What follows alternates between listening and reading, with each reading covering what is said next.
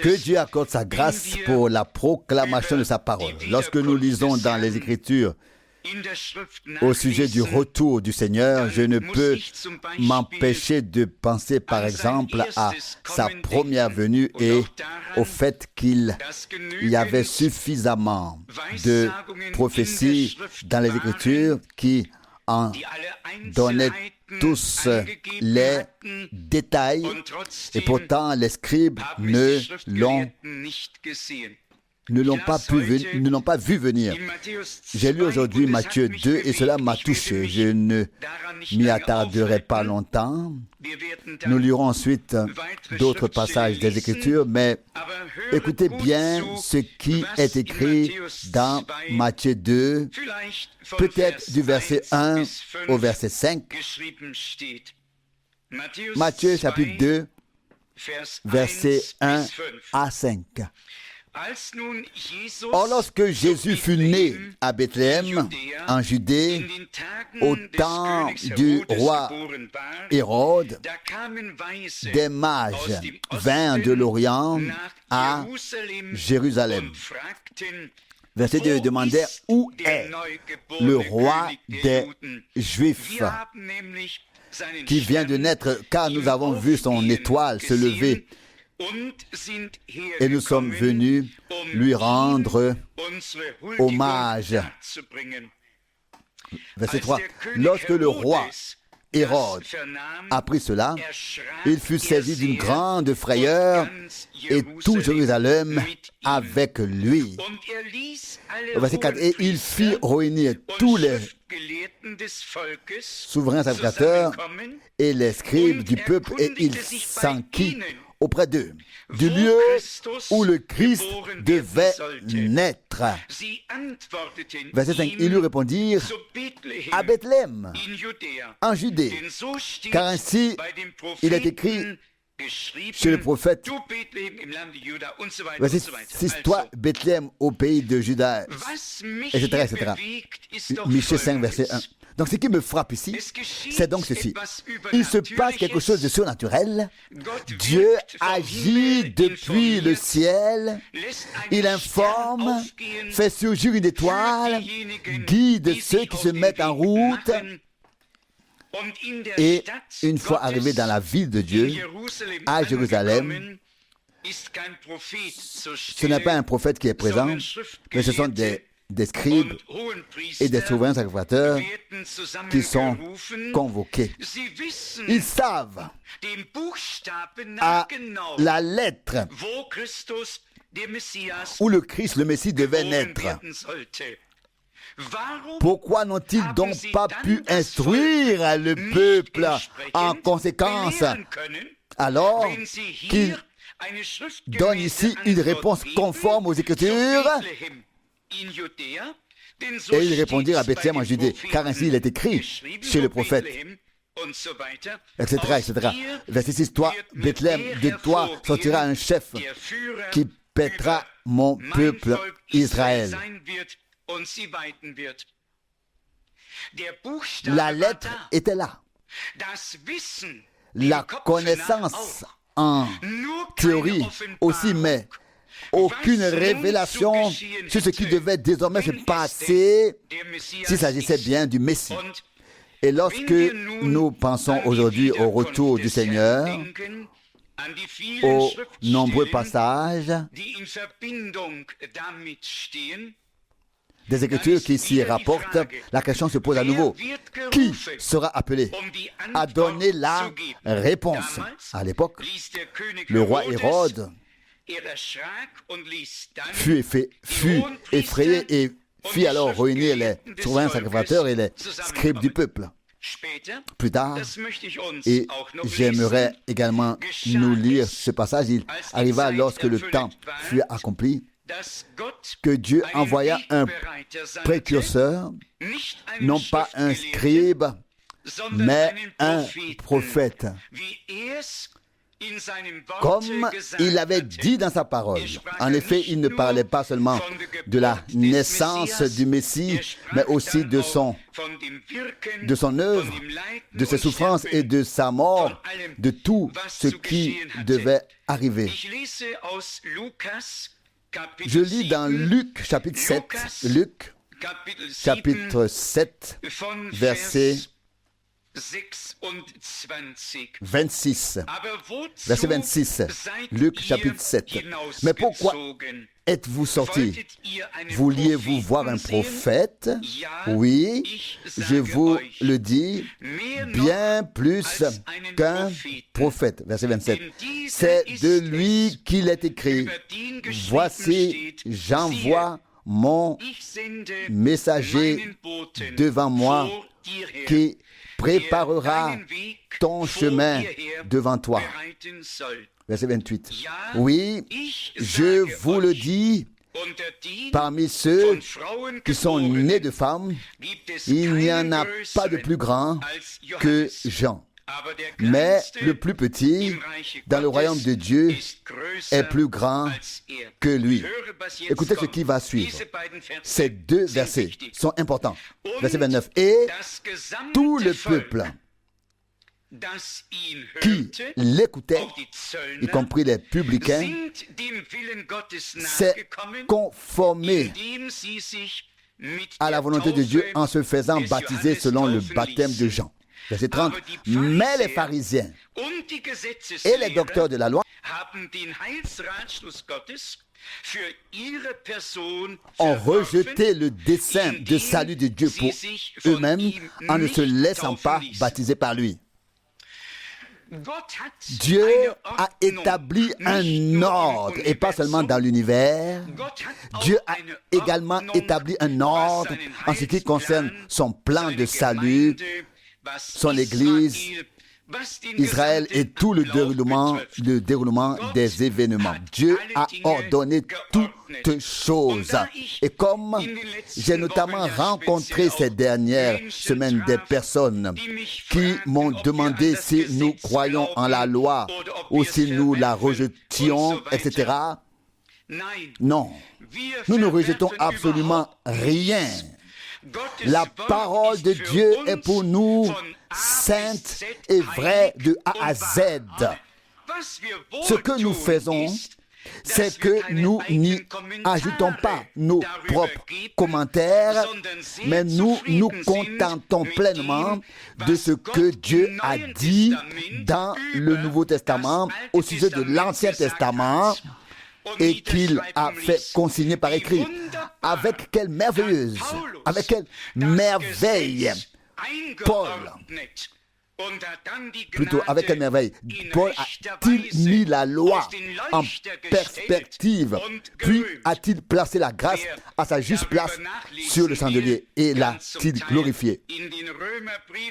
Quiconque souhaite se pencher sur ce sujet peut se reporter en partie à l'épître aux Romains, mais surtout au chapitre 2 et 3 de l'épître aux Galates, où l'on peut lire très précisément ce qui a été dit et écrit. Je connais également le sermon sur la montagne dans lequel notre Seigneur a dit qu'aucun iota ne disparaîtra de la loi avant que tout cela ne soit accompli. Et c'est ce que nous croyons. C'est ce qui est écrit ici dans Matthieu au chapitre 5. Matthieu chapitre 5, verset 17. Ne croyez pas, Matthieu 5, verset 17, que je sois venu pour abolir la loi ou les prophètes. Je ne suis pas venu pour abolir, mais pour accomplir. Il était le seul à avoir été soumis à la loi afin de pouvoir racheter ceux qui étaient sous la loi. Et il était le seul à avoir observé toute la loi. Mais c'est peut-être justement pour ceux qui ont un peu de mal à replacer cela dans son contexte. Nous lisons par exemple dans les Actes des Apôtres que les apôtres se rendaient à la synagogue le jour du sabbat. Le jour du sabbat, le peuple de Dieu était rassemblé, les Juifs étaient rassemblés. Et c'est ainsi que Paul a été invité à plusieurs reprises à prendre la parole, ce qu'il a d'ailleurs fait dans les Actes des Apôtres, au chapitre 28, verset 23. On nous dit clairement quel était son mandat principal, sa mission, sa tâche principale, non pas de s'asseoir sur la chair de Moïse, mais sa tâche était celle que nous allons maintenant lire ici dans les Écritures. Actes des Apôtres, chapitre 28, verset 23. Verset 23.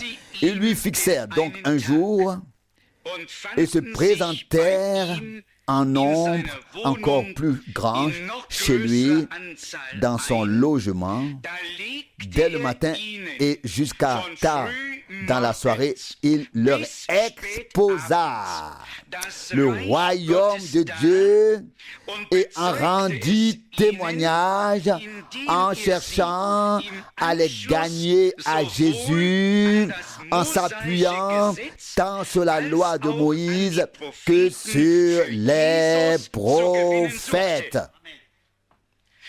Remarquez-vous quel était son objectif?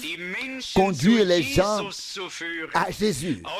Il ne s'agissait pas de lire dans la loi et les prophètes des tu dois et des tu es obligé, mais il avait très bien compris, voire même exposé, ce que nous lisons dans Hébreux chapitre 3, au verset 4, Hébreux 3, verset 4 et 5. Verset 4. Non, encore pour les traducteurs. Hébreux 3, verset 4 et 5. Car toute maison est construite par quelqu'un, mais celui qui a tout construit, c'est Dieu. Verset 5. Quant à Moïse, il a certes été fidèle dans toute sa maison en tant que serviteur afin de rendre témoignage à ce qui devait être annoncé comme révélation. Comme je l'ai déjà dit tout à l'heure, il faut une compréhension divine pour prêcher l'Ancien et le Nouveau Testament dans un équilibre harmonieux et voir la lumière de l'un se refléter sur l'autre. Pour ma part, et j'espère ne pas être mal compris sur ce point, j'ai très à cœur que la parole de Dieu, telle qu'elle sort de la bouche de ceux qui la proclament, soit la pure vérité, qu'elle ne soit pas présentée autrement que telle qu'elle nous a été transmise. Et deux passages nous servent de ligne directrice à ce sujet.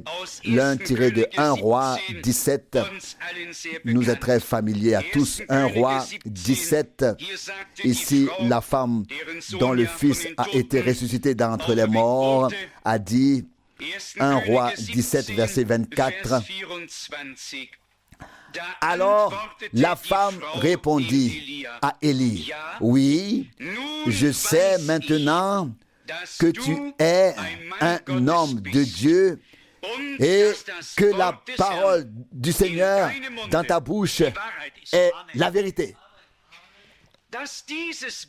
Nous savons tous que cette parole dans la Bible est la vérité. La question est seulement la suivante. Est-ce encore la vérité lorsqu'elle sort de la bouche d'un prêtre, d'un prédicateur, d'un évangéliste? Est-ce encore la vérité lorsque cette parole sort de notre bouche? Lorsqu'elle est sortie de la bouche de Dieu, c'était la pure vérité. Dans la Bible, c'est la pure vérité. Mais n'a-t-elle pas été déformée? Les hommes n'y ont-ils pas apporté leurs propres interprétations? N'y a-t-il pas eu aussi de faux prophètes? Et le Seigneur n'a-t-il pas annoncé pour les derniers jours qu'il y aura de nombreux faux prophètes et de faux Christ? oint du Saint-Esprit et pourtant faux. À l'époque d'Akab, il y avait 400 prophètes qui disaient « Ainsi parle le Seigneur », alors que le Seigneur n'avait pas parlé ainsi. Puis vint quelqu'un qui pouvait exprimer par ses lèvres ce qu'il avait dans le cœur. Je n'annoncerai que ce que Dieu me dira. 1 Roi 22, 14. Et dans sa bouche, la parole de Dieu était la pure vérité. Dans la bouche des autres qui disaient « Ainsi parle le Seigneur », il n'y avait pas la vérité. Ils avaient, comme le rapporte l'Écriture, un esprit de mensonge, Nous devons donc rechercher, et ce, à la lumière de la parole révélée, puis vérifier si ce qui est dit est toujours la pure vérité.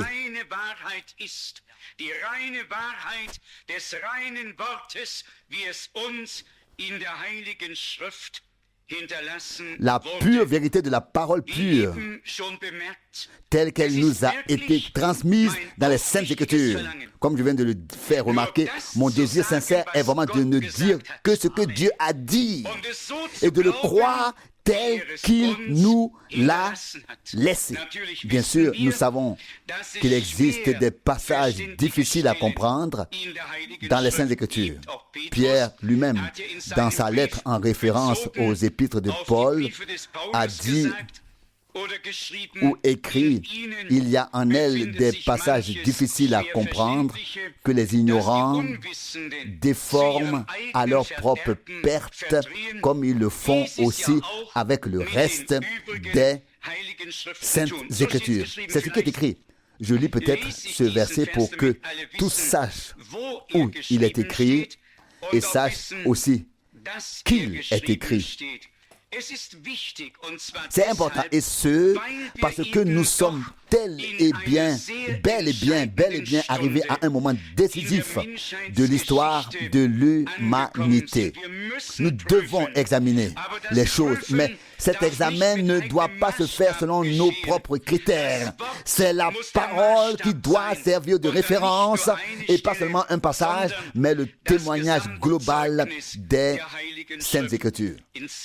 Dans 2 Pierre 3, où l'apôtre parle de la venue du Seigneur, il écrit également qu'un jour auprès du Seigneur équivaut à 1000 ans, et que 1000 ans équivalent à un jour, et que le Seigneur ne tarde pas à tenir la promesse de son retour, mais qu'il fait preuve de patience, qu'il use de longanimité et qu'il ne veut pas que certains périssent. Il écrit ensuite au sujet du jour du Seigneur qui viendra comme un voleur dans la nuit, où les cieux disparaîtront dans un grand fracas, et ainsi de suite. Puis au verset 16, donc 2 Pierre à partir du verset 16,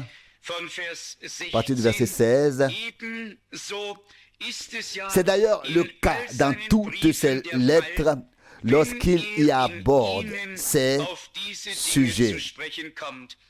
On y trouve toutefois certaines choses difficiles à comprendre que les ignorants et les peu affermis détournent à leur propre perte, comme détournent, tordent donc, déforment à leur propre perte, comme ils le font aussi avec les autres Saintes Écritures. Et pas seulement avec ce que Paul a dit. Par exemple, lors de mon dernier voyage, on m'a dit quelque part que certains prétendaient que dans Matthieu 28, ce qui figure à la fin aurait été ajouté plus tard et n'aurait pas sa place dans la Bible, etc.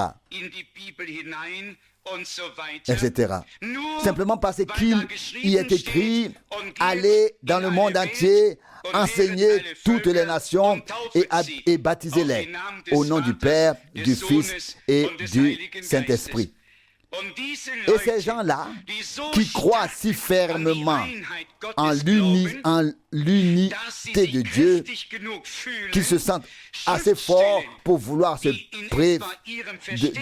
pour vouloir de préférence supprimer de la Bible les passages qui, d'une certaine manière, vont à l'encontre de leur compréhension et de leur doctrine. Je suis du fond du cœur reconnaissant envers Dieu que nous ayons Matthieu 28. Ainsi nous savons au moins sous quel nom Dieu s'est révélé pour notre salut en tant que Père, Fils et Saint-Esprit. Remercions Dieu pour chacune de ces paroles de A à Z de l'Ancien et du Nouveau Testament. Et nous voyons ce qui importe. Et j'ai déjà dit quelque part, si quelqu'un se sent mal à l'aise lorsque certains passages bibliques sont lus, c'est qu'il y a quelque chose qui cloche. Heureux l'homme qui peut réellement croire ce que dit l'Écriture.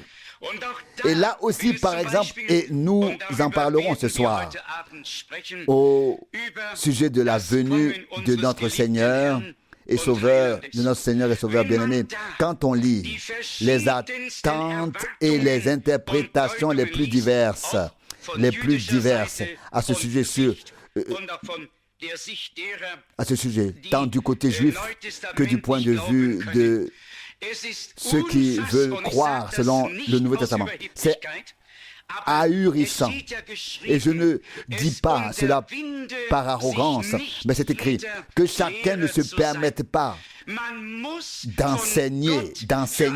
Il faut avoir été désigné par Dieu pour cette tâche. Sinon, on n'apporte pas de l'ordre, mais on sème le désordre dans ce que Dieu a dit.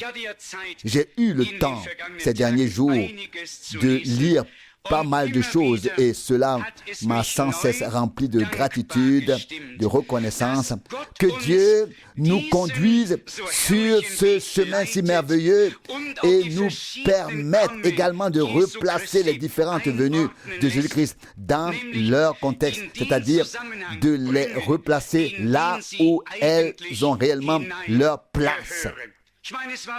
Je crois que c'était Frère Branham qui a raconté qu'à l'époque,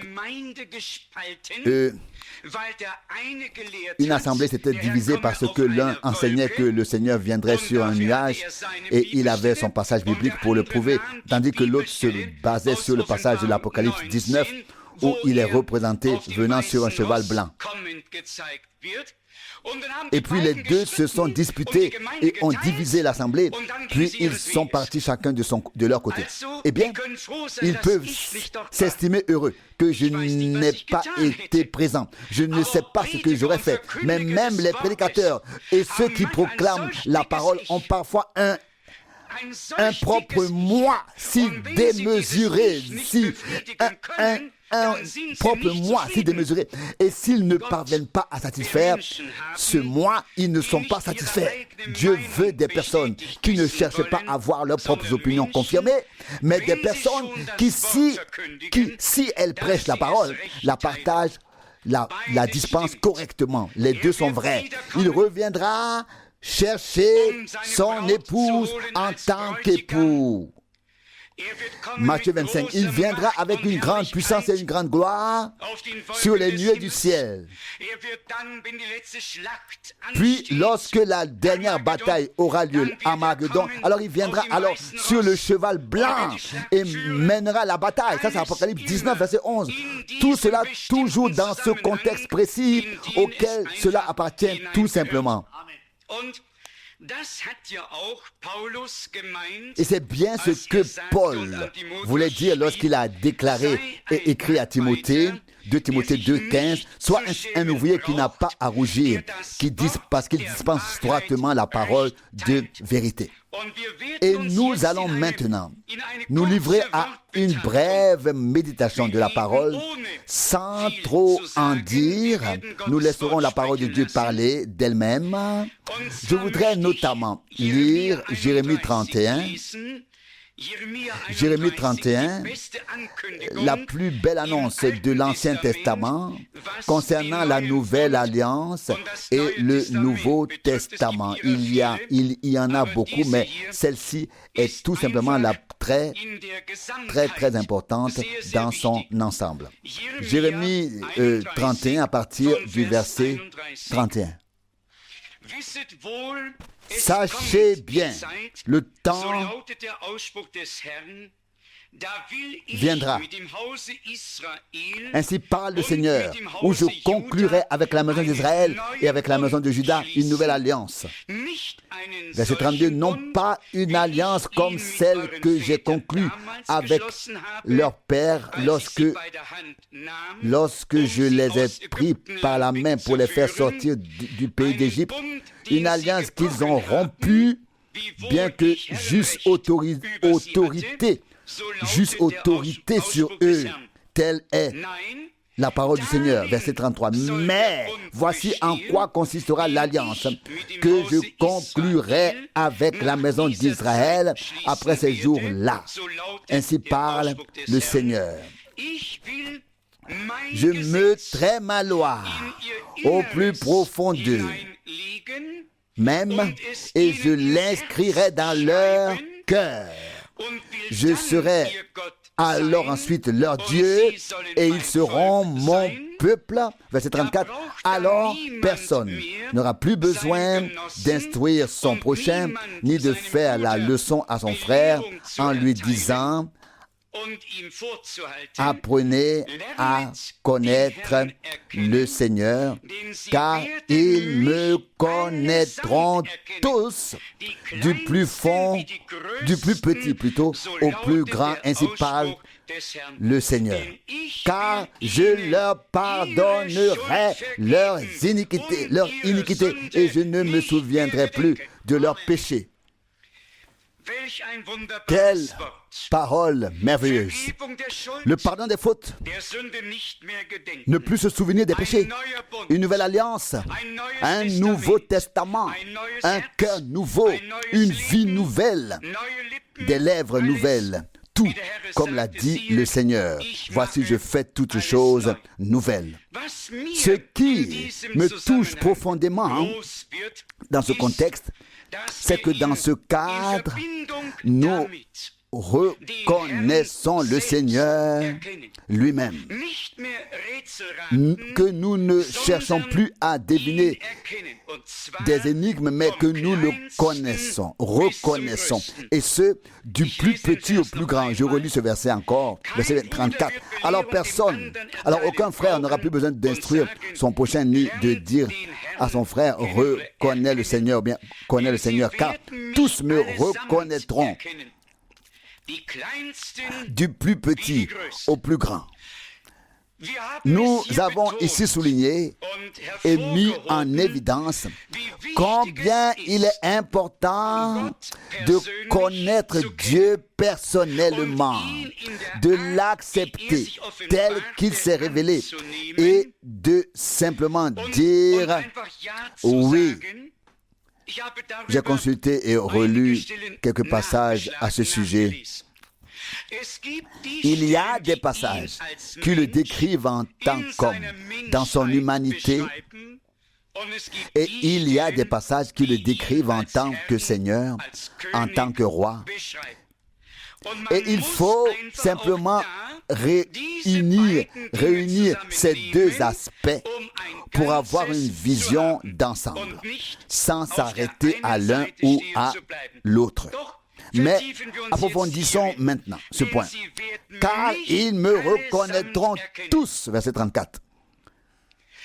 Celui qui a été véritablement racheté, à qui la faute a réellement été pardonnée et le péché n'a pas été imputé, celui qui est inclus dans la nouvelle alliance, celui-là reconnaîtra le Seigneur. Il ne se demandera plus qui c'était. J'ai également lu un passage à ce sujet, certes court, mais très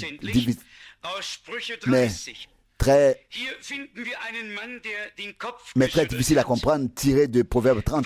Nous y trouvons un homme qui secouait la tête car il s'efforçait de comprendre certaines choses qui ne sont en effet pas saisissables par l'esprit, par la compréhension humaine.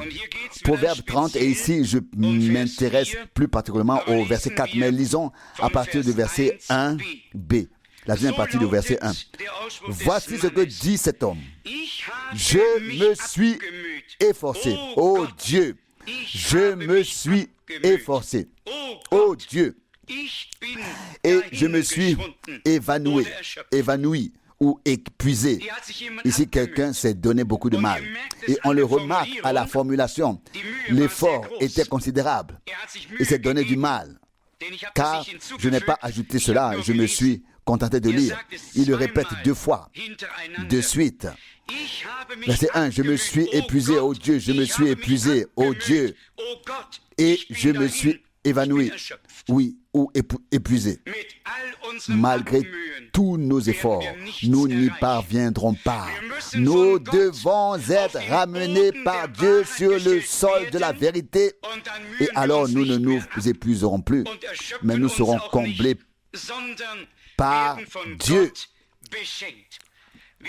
Nous continuons notre lecture au verset 3.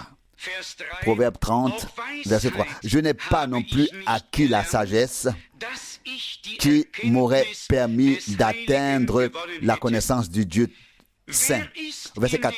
Qui est monté au ciel et en est redescendu?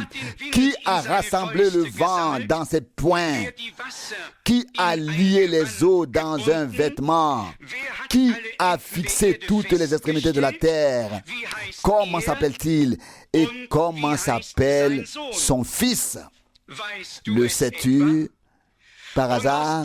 Et à partir de ce verset, comment s'appelle-t-il et comment s'appelle son fils? Le verset 4, on a écrit Dieu sait quoi sans comprendre que tout l'Ancien Testament a un caractère prophétique. Lorsque nous lisons Psaume 2, verset 7, tu es mon fils, aujourd'hui je t'ai engendré, cela relevait encore du futur dans l'Ancien Testament. Ce n'est que dans le Nouveau Testament qu'on nous raconte ensuite comment cela s'est réellement passé. Le prophète Ésaïe l'avait d'ailleurs annoncé au chapitre 9. Ce que je voudrais simplement dire, c'est que c'est peut-être la première fois pour certains que nous abordons ainsi le thème de la divinité ou que nous en parlons. Personne ne peut expliquer Dieu. Et c'est très bien ainsi. Et si quelqu'un s'est épuisé comme ce pauvre homme et qu'il l'admet ensuite en disant « Je me suis épuisé, ô Dieu, je me suis épuisé », on voit qu'il était à bout de force. Et qu'il ajoute ensuite « Oh Dieu, je suis épuisé ». Nos efforts mènent à l'épuisement. Se taire devant Dieu et entrer dans l'attente de la révélation où ce ne sont plus les hommes mais le Seigneur qui nous parle par sa parole. C'est là que la révélation vient. Alors même sur les passages qui ne nous étaient pas familiers auparavant. Et je voudrais peut-être encore faire remarquer une chose. Lorsqu'on lit l'Ancien Testament, il faut toujours veiller à savoir si un passage quelconque de l'Ancien a été repris dans le Nouveau et y a été éclairé. C'est très très important lors de la lecture des Saintes Écritures. Si par exemple, une parole de l'Ancien Testament n'a pas été utilisée dans le Nouveau, ni interprétée comme certains l'interprètent, aujourd'hui, il faut alors être vigilant. Il en va de même pour le passage de la Genèse 1, verset 26, faisons l'homme. Qui aurait jamais interprété cela comme faisant référence à une pluralité de Dieu? Pas dans la Bible. Les gens font abstraction de ce que Dieu a dit et se forgent leur propre interprétation qui n'a toutefois aucun sens car elle est erronée. Et dans ce passage, dans Proverbe 30 au verset 5 et 6, nous lisons: chaque parole de Dieu est la vérité pure. Elle est un bouclier pour ceux qui se refugent en lui. Psaume 30, verset 5, verset 6.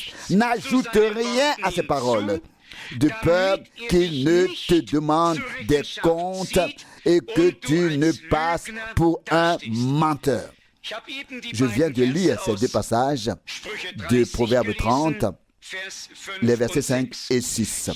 Chaque parole de Dieu est la pure vérité, mais elle ne doit pas être interprétée, elle doit être laissée telle qu'elle est écrite. Elle est un bouclier pour ceux qui se réfugient en lui. Verset 5. Remarquez-vous le revirement chez cet homme, d'abord ce grand gémissement. Verset 1, je me suis épuisé, ô Dieu, je me suis épuisé, ô Dieu, je me suis consumé. Et alors qu'il a eu fini de se tourmenter, Dieu peut lui accorder l'illumination, la lumière. Et alors jaillit de sa bouche ce que nous avons lu. Verset 5. Chaque parole de Dieu est la vérité pure. Elle est un bouclier pour ceux qui cherchent refuge auprès de lui. N'ajoute rien, verset 6, à ces paroles, de peur qu'il ne te demande des comptes et que tu ne passes pour un menteur. Nous nous souvenons de la parole tirée de 1 Roi 17, verset 24. Maintenant, je reconnais en vérité que tu es un homme de Dieu et que la parole du Seigneur dans ta bouche est la vérité. La sainte parole de Dieu reste la pure vérité et elle ne doit pas être altérée, mélangée, falsifiée. Elle doit être laissée telle qu'elle a été consignée ici. À l'époque où nous vivons, nous avons en effet beaucoup de choses à observer et cela doit toujours se faire à la lumière de la parole. Même en ce qui concerne les aspects purement extérieurs, le cours des événements de cette génération, je crois que nous avons tous la décadence. Nous voyons tous la décadence, la déchéance. Nous qui sommes désormais d'une génération plus âgée, avons en effet vécu personnellement bien des choses. Ces évolutions que nous avons traversé.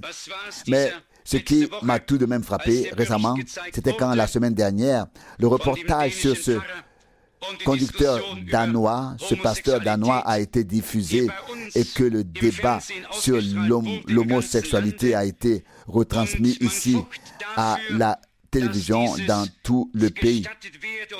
Et on s'est battu pour que cela soit autorisé, que les hommes puissent également se marier entre eux. Et cet homme, ah oui, frère Rousse dit que les femmes aussi, entre elles, cela nous laisse... En fait, on ne devrait même pas en parler ici de la chair. Cela nous donne tellement la nausée qu'on pourrait en vomir. Mais l'opinion publique est également manipulée à ce sujet et on lui dit tout cela n'est pas grave du tout. Et ce curé a même ajouté, Paul, avec sa citation, oui, qu'a-t-il dit d'autre? Ce n'est pas Paul qui l'a dit, c'est Dieu qui l'a dit par sa bouche. Les hommes sombreront dans une façon de penser perverse parce qu'ils n'ont pas accueilli Dieu avec sincérité et véracité et ne lui ont pas rendu le service divin qui lui est dû. Et quand cet homme en est enfin venu au fait et a dit oui, mais écoutez, mesdames et messieurs, on entend par mariage une institution qui fait naître la vie dans ce monde, etc. Et que voulez-vous donc faire de ce terme là-bas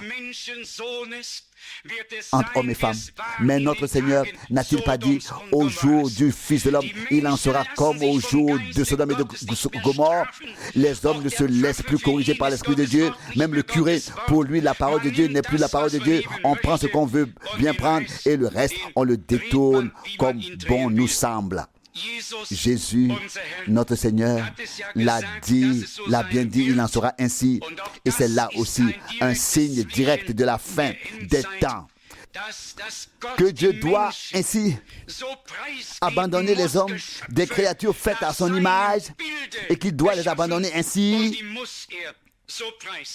Et il se croit encore il se croit encore plus très sage, donc les hommes. Mais, chers amis, je n'en parle que pour montrer clairement que dans ce domaine aussi, les Écritures trouvent leur accomplissement. Comme c'était le cas à l'époque, vous le savez bien, au temps de Lot, qu'a fait Lot? Combien de filles avait-il? Et il les a mises à la porte. Et ces hommes ne voulaient pas les filles, ils voulaient les hommes. Et qu'est-ce qui s'est passé? Dieu les a livrés. Il a fait pleuvoir du feu du ciel. Dieu ne se laissera pas non plus moquer aujourd'hui, railler aujourd'hui. S'il a annoncé le jugement, alors le monde doit devenir mûr pour le jugement. Et les croyants ont une chance de se tourner vers Dieu, de recevoir une nouvelle vie et d'échapper à tout ce qui doit s'abattre sur la terre.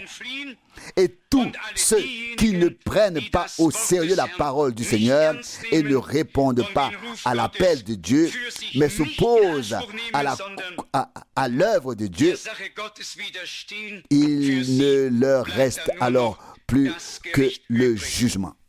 Pour nous, le Seigneur, pour nous, le signe le plus important est bien sûr le rassemblement du peuple d'Israël. C'est pourquoi j'ai également rédigé cette lettre ouverte, convaincu qu'il faut faire entendre notre voix, notamment pour défendre la vérité.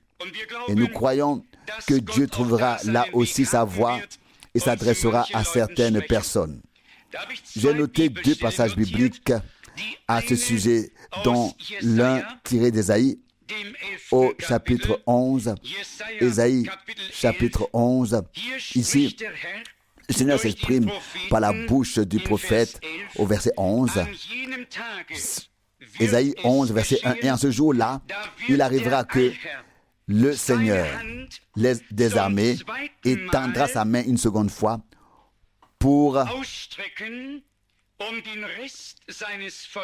racheter le reste de son peuple qui subsiste encore de la Syrie, et ainsi de suite. Pour la deuxième fois, nous avons lu tout à l'heure dans Jérémie, verset 31, que le Seigneur avait étendu son bras, conduit son peuple hors d'Égypte et annoncé la nouvelle alliance. Ici, nous lisons qu'il étendra sa main pour la deuxième fois en ce jour-là, afin de ramener le reste de son peuple qui a survécu. Qui a survécu. Nous avons également lu cela dans Actes de l'Apôtre, chapitre 7, verset 13, comme nous l'a expliqué Joseph, qui ne s'est révélé à ses frères que la deuxième fois. Actes chapitre 7, verset 13. Chapitre 7, verset 13. C'est alors la deuxième fois que Joseph s'est révélé à ses frères et l'origine de Joseph a été révélée au Pharaon. Les deux choses se sont produites. Il s'est fait reconnaître par ses frères et ceux-ci ont su qui se tenait devant eux. Ce n'est qu'à la deuxième fois que les Juifs reconnaîtront leur Messie. Et pourquoi? Il est écrit, et ils regarderont vers moi celui qu'ils ont transpercé. Il faut simplement dire que la traduction de Brockhaus et la traduction de Luther ainsi que d'autres cernent mieux ici le noyau de ce passage que ne l'a fait le docteur Menge. je lis ce qui figure dans le texte original. Zacharie, chapitre 12, verset 10. Alors je reprendrai. Zacharie 12, verset 10. Alors je reprendrai sur la maison de David et sur les habitants de Jérusalem l'esprit de grâce et de supplication pour la grâce, afin qu'ils se tournent vers moi, celui qu'ils ont transpercé, et qu'ils pleurent sur moi, etc. C'est effectivement ce qui figure dans le texte original. Mengue n'a certainement pas tout à fait compris cela. C'était un philologue. Il a sans doute voulu apporter sa contribution. Voici ce qui est écrit. Zacharie 12, 10, traduction de Mengue. Et ils regarderont vers celui qu'ils ont transpercé. Je vais également vous expliquer pourquoi cette différence doit être clairement mise en évidence et soulignée. Lorsque Dieu le Seigneur s'exprime ici dans l'Ancien Testament en tant que Yahvé, en tant que le Seigneur, et qu'il dit ensuite par la bouche d'un prophète, et ils regarderont vers moi celui qu'ils ont transpercé. Alors celui qui était alors dans le corps spirituel annonce déjà qu'il sera dans le corps de chair, afin qu'il viendra dans le corps de chair afin de pouvoir ensuite être transpercé. Et ainsi celui-là même qui a parlé là, Yahvé, le je suis, est le même qui en tant que logos, en tant que la parole, s'est fait chair et a habité parmi nous, et nous avons contemplé sa gloire. Mais voyez-vous, il ne s'agissait pas seulement de l'accomplissement de Michée 5, selon lequel le Messie devait naître à Bethléem. Chaque passage des Écritures devait s'accomplir, y compris Zacharie 11, où il est dit qu'ils ont pesé les 30 pièces d'argent. Zacharie 11, verset 12. Payez-moi le prix que je vaux. Et ils ont déposé 30 pièces d'argent. Il fallait que le psaume 22 s'accomplisse, ce qui y était dit, mais tout cela au moment bien précis. Voici le psaume 22, verset 10. Psaume 22, verset 10, encore une fois pour les traducteurs. Psaume 22, verset 10. Oui, c'est toi qui m'as mis dans le sein de ma mère. C'est toi qui m'as mis dans le sein de ma mère. Tout ce psaume est en effet un psaume de Messie, du Messie. Il commence ainsi: mon Dieu, pourquoi m'as-tu abandonné? Le verset 2. Et puis il y a plusieurs passages jusqu'à ils ont percé mes mains et mes pieds. Verset 17b. Ils m'ont transpercé les mains et les pieds. Revenons donc à Zacharie 12, verset 10. Ils regarderont vers celui ou vers moi qu'ils ont transpercé.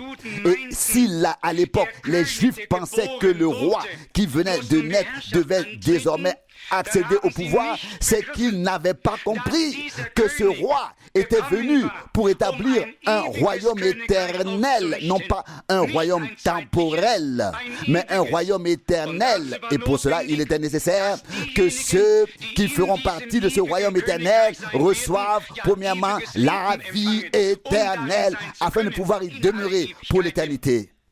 Ainsi, le plan du salut était une nécessité pour Dieu afin de pouvoir réaliser avec l'humanité ce plan conçu avant la fondation du monde. Voyez-vous à quel point il est important non seulement de lire des passages bibliques, mais aussi de les replacer dans leur contexte. Aujourd'hui, bien sûr, nous avons l'énorme avantage de voir dès aujourd'hui quels passages bibliques ont trouvé leur accomplissement. Et il en résulte alors de soi-même que toutes les promesses et prophéties qui ne se sont pas encore accomplies, trouveront leur accomplissement. C'est aussi simple que cela pour nous aujourd'hui. À l'époque, ce n'était bien sûr pas aussi simple qu'aujourd'hui. Et nous en sommes reconnaissants à Dieu. Et pourtant, lorsque nous utilisons la parole simple, le mot simple, on peut se demander, mais à qui le bras du Seigneur s'est-il révélé? Qui a des yeux pour voir? Qui peut replacer cela dans son contexte biblique dans Jean 18, puisque nous en sommes revenus à la notion de vérité? Il est dit dans Jean chapitre 18, verset 37, Jean 18, verset 37, à propos de notre Seigneur qui est venu en tant que roi, comme nous l'avons lu dans Matthieu 2, et nous le lisons ici dans Jean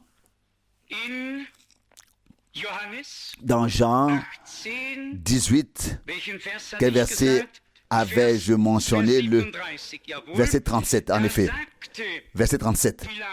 Pilate lui dit alors, tu es donc roi? Jésus répondit, oui, je suis roi. Je suis né pour cela, et c'est pour cela que je suis venu dans le monde, afin de rendre témoignage à la vérité. Quiconque est de la vérité écoute ma voix. Verset 38. Pilate lui répondit alors, qu'est-ce que la vérité? Nous avons déjà lu dans les Écritures que la parole de Dieu est la vérité, tant qu'elle est laissée telle qu'elle est, c'est-à-dire telle qu'elle est sortie de sa bouche. À l'époque, on lui a demandé, tu es donc un roi? Il a répondu oui. On aurait pu s'attendre à ce qu'il établisse alors son royaume. Mais comme nous venons de le souligner, il est ici, il est un roi éternel et son royaume est un royaume éternel dans lequel ne peuvent demeurer éternellement que ceux qui ont la vie éternelle. C'est pourquoi nous devons naître de nouveau pour une espérance vivante, sinon nous ne pouvons pas voir le royaume de Dieu. Telle est la condition que Dieu a posée dans sa parole. Condition que n'a pas posée un homme, mais que Dieu a posée dans sa parole. Prenons Deutéronome 18, verset 15. Dieu suscitera un prophète comme moi. Cela s'est accompli. Nous voyons donc que de nombreux passages des Écritures qui faisaient référence au Messie ont trouvé leur accomplissement. J'ai lu un traité, je crois, sur Genèse 49, et vous savez bien que de temps en temps, il faut lire quelques commentaires pour devenir encore plus reconnaissant de ne plus avoir à interpréter, mais de pouvoir croire comme le disent les Écritures. Genèse 49, verset 10. Genèse 49, verset 10. Le sceptre ne s'éloignera point de Juda, ni le bâton souverain d'entre ses pieds, jusqu'à ce que vienne celui qui, ici dans le texte original, figure le mot Shiloh, jusqu'à ce que vienne le Shiloh. Et les traducteurs de la Bible se sont penchés sur la question et ont interprété qui cela pourrait bien être. Mengue est à nouveau venu à notre secours pour que nous ne restions pas, disons, bloqués sur ce mot sans savoir quoi en faire. Il l'a interprété ainsi, jusqu'à ce que vienne celui à qui appartient le sceptre, et les peuples lui obéiront. Au verset 11, il attachera son ânon à la vigne, et le petit de son ânesse au cep de vigne. À cette époque, il dit à ses disciples, Matthieu 21, verset 2, allez chercher l'ânesse et son ânon. L'avons-nous lu ainsi? C'est ainsi qu'il est écrit. C'est ici qu'il a été prophétisé, jusqu'à ce que vienne celui qui doit venir, à savoir celui à qui appartient la souveraineté. Lui qui est le Seigneur. À lui seul appartient la souveraineté. À ce moment-là, autrefois, il fit détacher le ânon et l'ânesse, on les lui amena ici, assis, et entra à Jérusalem, et tout le peuple lui rendit hommage. Cette parole nous rappelle le chapitre 9 de Zacharie. Zacharie chapitre 9 donne l'impression que des jours de fête nous attendent. Zacharie 9, verset 9. Réjouis-toi de tout ton cœur, fille de Sion. Pousse des cris de joie, fille de Jérusalem. Voici ton roi vient à toi. C'est un juste et un sauveur. Il est humble et il chevauche un âne, un ânon, le petit d'une ânesse. Vous pouvez lire dans le Nouveau Testament, en Matthieu 21 et partout dans les évangiles, comment ce passage s'est accompli. Pourquoi mettons-nous en avant certains de ces passages ce soir? Pour mettre clairement en lumière une chose, que l'Ancien Testament avait prédit ce qui se passerait lors de sa première venue et ce qui se passerait lors de sa seconde venue. Mais tout était écrit comme dans un seul bloc. Il fallait donc distinguer ce qui était écrit pour quand, et nous avons aussi, en ce qui concerne les ministères, lors de la première venue du Christ et également maintenant avant sa seconde venue.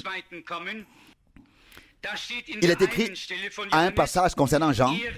Donc, concernant Jean, si vous voulez bien l'accepter, c'était Élie, celui qui est à venir, celui qui doit venir. Imaginez un peu, c'était Élie, celui qui doit venir. Et cette traduction de Mengué dit ici dans Matthieu 11, verset 14, c'est Élie qui doit venir. Comment a-t-il pu être, demanderait le bon sens, ce qu'il ne sera qu'à l'avenir? Vous rendez-vous compte à tel point la compréhension spirituelle est importante pour que nous voyions et comprenions les Écritures comme Dieu le souhaite. Ce passage figure toujours dans Matthieu 17. Nous pouvons le lire ensemble. Matthieu 17. Voici ce qui est écrit. Verset 11, Matthieu 17. Il leur répondit, Élie viendra, certes, et remettra tout en ordre. Rétablira toutes choses dans l'état primitif. Cela parle très clairement de l'avenir. Et puis le verset 12. Mais je vous le dis, Élie est déjà venu et ils ne l'ont pas reconnu. Mes chers amis, ce n'est que si nous reconnaissons Dieu dans la manière dont il se révèle que nous accepterons et reconnaîtrons aussi les ministères qu'il a donnés à l'Église, tout comme Israël acceptera et reconnaîtra plus tard le ministère des deux témoins. En comparaison avec Jérémie 31, où nous avons lu Jérémie 31, verset 34, alors ils me reconnaîtront tous, depuis les plus jeunes jusqu'aux plus âgés. Nous lisons dans 1 Corinthiens, chapitre 2, verset 8, 1 Corinthiens, chapitre 2, verset 8, 1 Corinthiens, chapitre 2, verset 8.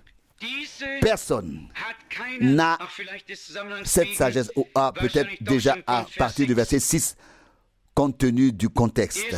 1 Corinthiens 2, verset 6.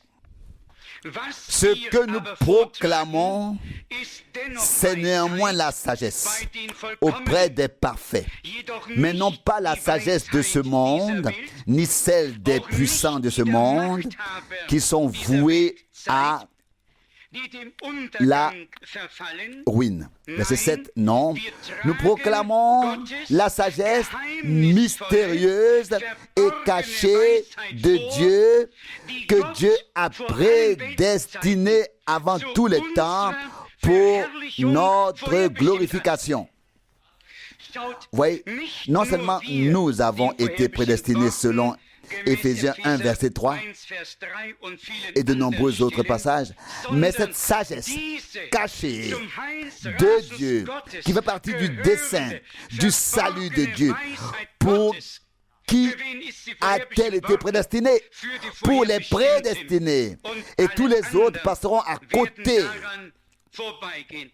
Voici maintenant l'explication. Je lis la dernière partie du verset 7.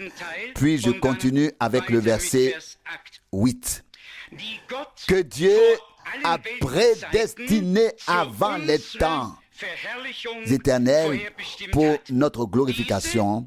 Au verset 8, à aucun des dirigeants de ce monde n'a reconnu cette sagesse, car s'il l'avait reconnue, il n'aurait pas crucifié le Seigneur de la gloire. Verset 9, mais comme il est écrit, ce que l'œil n'a pas vu, ce que l'oreille n'a pas entendu, et ce qui n'est pas monté au cœur d'aucun homme, c'est ce que Dieu a préparé pour ceux qui l'aiment. Qui peut l'aimer? Seul celui qui a été arraché au monde par l'amour de Dieu en Christ et qui a pu devenir croyant peut à son tour l'aimer en retour. Tous les autres le feront de la bouche, mais pas du cœur. Et cela fait tout simplement partie de notre vie, d'aimer Dieu de tout notre cœur, de croire en sa parole, mais cela implique tout autant que nous sachions vraiment mettre les choses en perspective, dans leur contexte. Qu'est-ce qui relevait de l'histoire du salut à l'époque et qu'est-ce qui en relève aujourd'hui, à notre époque? Qu'est-ce qui appartient à Israël et qu'est-ce qui appartient à l'Église? Que se passe-t-il avant l'enlèvement? Que se passe-t-il après? Où chaque élément trouve-t-il sa place? Et je crois que nous pouvons sans cesse réaffirmer et mettre cela en avant avec un cœur reconnaissant. Ce qui est beau, c'est que nous ne défendons pas une doctrine, mais une opinion doctrinale, mais que nous pouvons simplement laisser la parole de Dieu telle qu'elle est écrite dans le contexte pour lequel elle a été donnée et auquel elle est destinée. Et alors, tout trouve sa place. Les promesses qui se sont accomplies lors de la première venue du Christ, ainsi que les dernières qui s'accompliront lors de sa seconde venue. Mais voyez comment nous avons lu la parole. Psaume 22, verset 17. Ils ont percé mes mains et mes pieds. Et puis dans Zacharie 12, verset 10. Ils regarderont vers celui qu'ils ont transpercé, ou vers moi, celui qu'ils ont transpercé, vers moi, ils se lamenteront. Voyez, il fallait qu'il en soit ainsi. Ses mains et ses pieds devaient être transpercés. Il devait prendre notre place. Il devait porter notre culpabilité et notre péché. Il devait priver la mort de son pouvoir. Il devait vaincre l'enfer. Il devait ressusciter d'entre les morts le troisième jour afin de nous apporter la victoire sur la mort. Il ne s'est pas contenté de l'annoncer, il l'a accompli.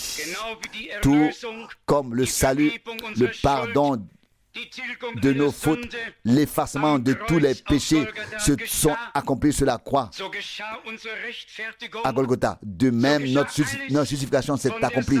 Tout s'est accompli du côté de Dieu. Nous devons toutefois l'accepter par la foi. Nous devons ensuite en faire l'expérience personnellement, afin que ces choses ne soient pas seulement rapportées et consignées par écrit, mais qu'elles deviennent une vérité vécue et personnellement expérimentée dans ta vie et dans la mienne.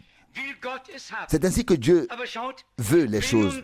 Mais voyez, vous, si à l'époque les scribes n'avaient pas seulement été appelés pour localiser Bethléem, c'est-à-dire l'endroit où le Messie devait naître, si tant est qu'on les eût appelés aussi lorsque vint ce grand jour de la réconciliation, où ses mains et ses pieds devaient être transpercés, où l'on tirerait au sort sa tunique, où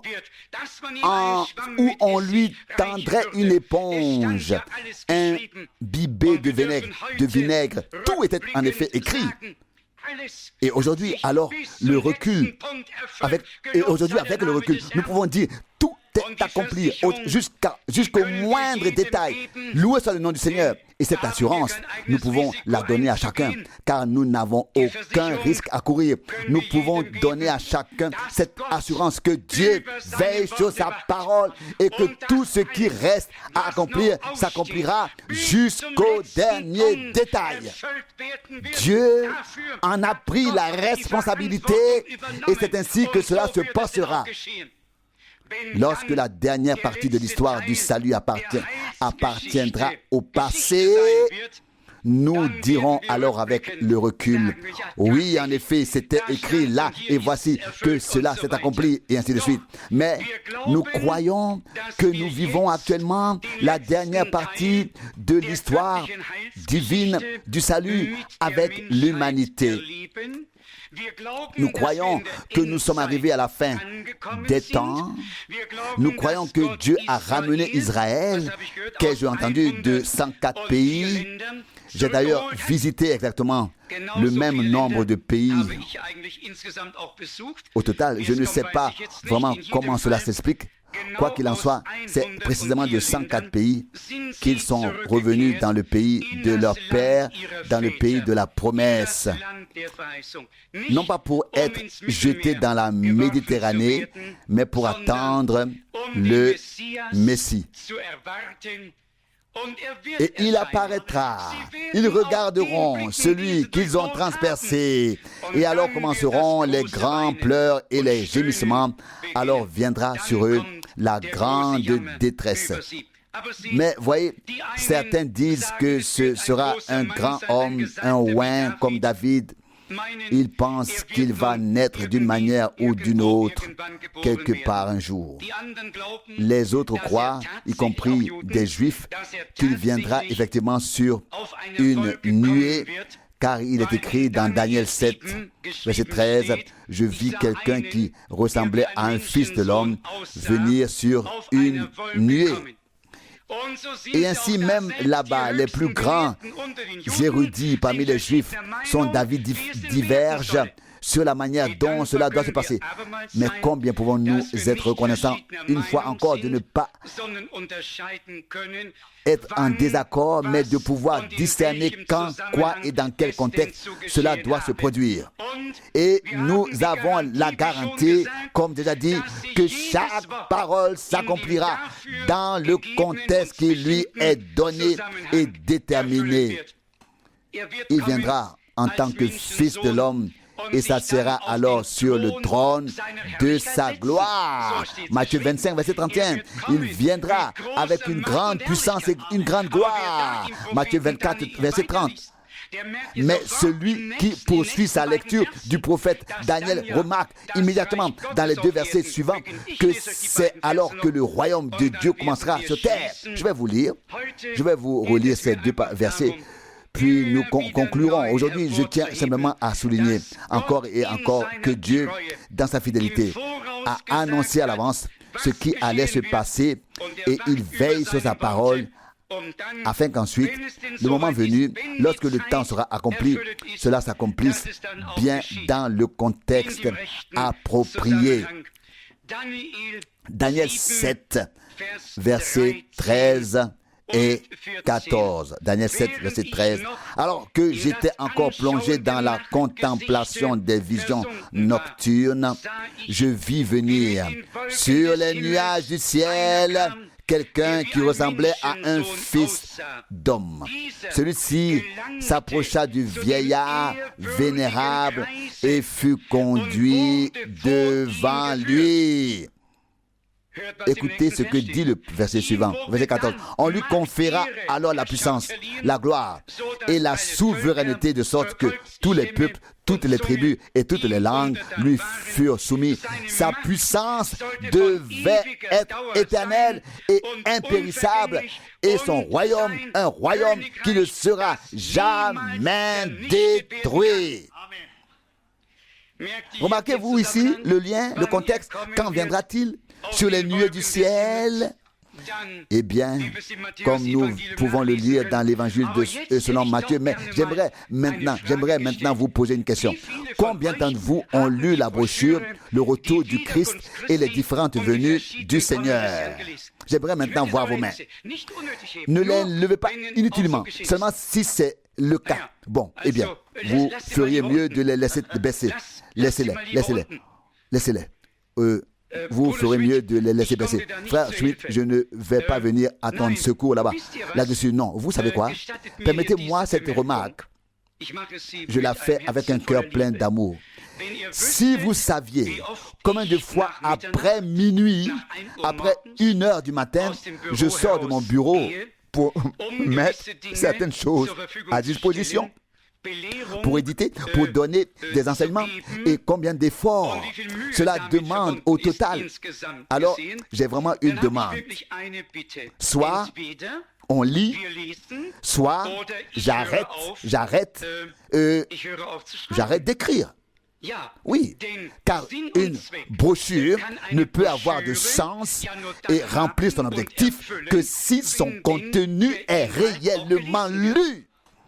Si ce n'est pas le cas, je suis en fait tellement déçu que je tiens simplement à le mettre noir sur blanc maintenant. Non, mais écoutez bien, j'ai une autre question à poser. Ne m'en voulez pas pour cela, mais nous attendons tous que Dieu agisse et fasse quelque chose, qu'un élan vienne d'en haut, que l'Esprit de Dieu commence à agir. Si j'avais ne serait-ce qu'un peu de méchanceté dans le cœur, je formulerais la question ainsi. Combien d'entre vous tirent le moindre profit d'une prédication? Si c'était comme pour la lecture, nous pourrions en fait tous arrêter. Écoutez ce qui est dit. Les temps sont graves. Nous avons besoin d'enseignements sur tous ces points, non seulement pour notre propre information, mais aussi lorsque nous parlons avec les autres. Et nous avons tous intérêt à nous plonger réellement dans tous ces enseignements afin d'avoir ensuite une colonne vertébrale, de savoir où se situent les choses et d'en discerner les contextes. Donc à partir d'aujourd'hui, je poserai bientôt la question à nouveau. Donc à partir d'aujourd'hui, nous deviendrons tous des lecteurs assidus. Combien d'entre nous passent trop de temps devant la télévision? Peut-être y en a-t-il parmi nous. Dans ce cas, nous devrons peut-être faire le tri pour nous limiter vraiment aux informations, et ce sera tout. Et ce sera tout. Je peux donc le dire de mon côté. Je n'ai que rarement l'occasion de regarder la télévision, et quand c'est le cas, ce sont seulement les informations. Mais que Dieu nous aide et nous soutienne, car cette brochure, le retour de Christ, justement, est importante en ce qui concerne la fin des temps et les différentes venues du Seigneur.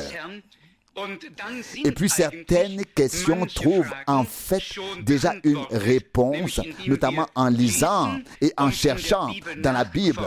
Et si les choses se passent, sont exactes. Avons-nous bien compris de quoi il s'agit ce soir? Il y a les promesses dans la parole de Dieu. Qu'il s'agisse de la première venue, de la seconde ou du retour, peu importe le contexte. L'important est de ne pas mélanger les choses, mais de replacer chaque élément dans son contexte. Comme nous l'avons lu de ce passage, Daniel 7, lorsqu'il viendra sur les nuées, ce sera pour instaurer ici son royaume éternel, et tous les peuples, toutes les langues et toutes les nations lui seront sommés. Daniel 7, verset 13. Son royaume est éternel. Et comme nous l'avons déjà souligné tout à l'heure, seuls ceux qui ont la vie éternelle pourront vivre éternellement dans son royaume. Selon Apocalypse chapitre 20, il y aura encore, après le règne de 1000 ans, des gens qui n'auront qui n'auront pas la vie éternelle. Le savez-vous? Le saviez-vous tous? Bien sûr.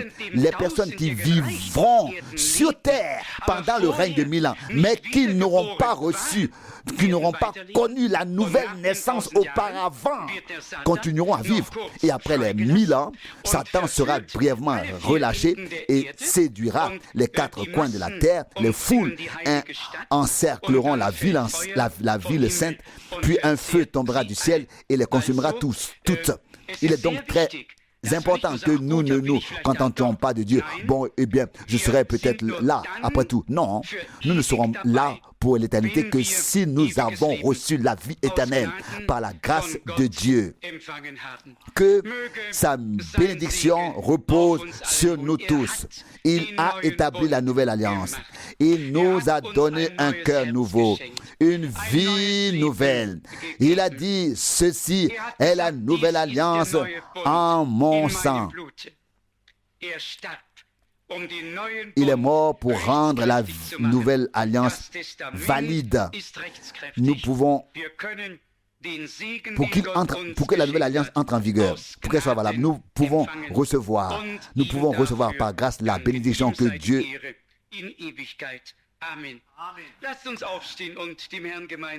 Nous pouvons recevoir par grâce la bénédiction que Dieu nous a donnée et le remercier pour cela. À lui soit la gloire pour l'éternité. Amen. Levons-nous et rendons grâce ensemble au Seigneur. Père Céleste, tu as vu leurs mains et leur cœur. Tu sais ce qui se passe dans la vie de ses frères et sœurs. Seigneur, bien-aimé, toi qui as promis d'être présent, de rester à l'œuvre jusqu'aux confins de la terre, de ne pas abandonner les tiens et de ne pas les délaisser. Seigneur, confirme ta parole comme vraie, la vérité de ta parole sauve, libère, pardonne, délivre. Oh Seigneur, guéris tous les cœurs brisés. Dieu fidèle, confirme en tout point la vérité de ta parole. Dans l'âme, l'esprit et le corps, enlève-nous aussi toutes nos détresses, tous nos soucis, tout ce qui nous accable. Car nous aussi, nous pouvons dire, mon Dieu, nous sommes épuisés, mon Dieu, nous sommes à bout de force. Et c'est pourquoi nous venons à toi. Relève-nous. Tu as promis de ne pas laisser s'éteindre la mèche qui frémit, mais de la raviver. Seigneur bien-aimé, fais-nous du bien aujourd'hui, selon ta grande grâce, ta bonté et ta miséricorde. Seigneur, bénis tous ceux qui t'ont confié leur détresse. Bénis-nous tous. Nous avons besoin de toi, du premier au dernier, du plus grand au plus petit. Et nous voulons te connaître, toi, et la puissance de ta résurrection. Seigneur et Dieu bien-aimé, tourne toi-même ton regard, ta face vers nous et accorde-nous ta bénédiction et ta paix en ton nom glorieux et fais de nous des croyants, comme le dit l'Écriture. Des gens qui croient comme le dit l'Écriture, afin que la bénédiction promise dans l'Écriture puisse venir sur nous par une puissante effusion de ton Saint-Esprit, par un renouveau, car tu enverras le temps du rafraîchissement et la pluie de la arrière-saison, comme tu l'as promis dans l'Ancien et le Nouveau Testament. À toi, Dieu Tout-Puissant, soit rendu grâce pour ta parole précieuse et sainte. C'est la pure vérité, c'est la parole de Dieu qui demeure éternellement. Nous t'en rendons grâce. Bénis-nous et sois avec nous au nom de Jésus. Alléluia. Amen.